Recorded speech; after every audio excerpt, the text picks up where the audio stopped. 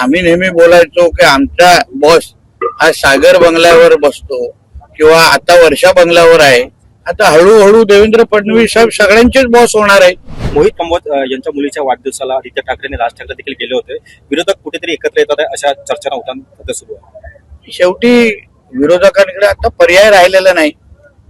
सगळंच भांडवल संपलेलं आहे, दुकानामध्ये माल संपलेला आहे आणि भारतीय जनता पक्ष आणि आदरणीय देवेंद्र फडणवीस साहेबांशिवाय दुसरा पर्यायच राहिलेला नाही.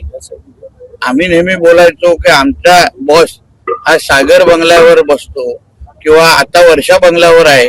आता हळूहळू देवेंद्र फडणवीस साहेब सगळ्यांचेच बॉस होणार आहे आणि म्हणून ज्यांनी जेवढा लवकर जो मार्ग स्वीकारतील लवकर स्वीकारावं आणि आमचाही बॉस देवेंद्र फडणवीस आहे हे लवकर जाहीर करून टाकावं. हिंदी सर, हिंदी सवाल